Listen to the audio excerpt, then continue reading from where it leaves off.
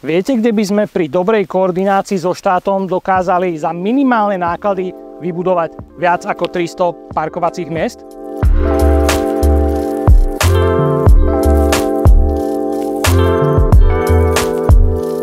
Neviem, čo ste hádali, ale nachádzame sa iba 2 minúty od autobusovej stanice na pozemkoch železníc, kde vyrástla čierna skládka. Nevyrástla sama, skrátka štátu sa to evidentne vymklo spod kontroly. Nebudeme tu plakať nad rozliatým mliekom, ale pokúsime sa s tým niečo urobiť. Naša ponuka je jasná. Zaplatíme vyčistenie priestoru, projektovú dokumentáciu, ale aj realizáciu ďalšieho záchytného parkoviska pre železničnú a autobusovú stanicu.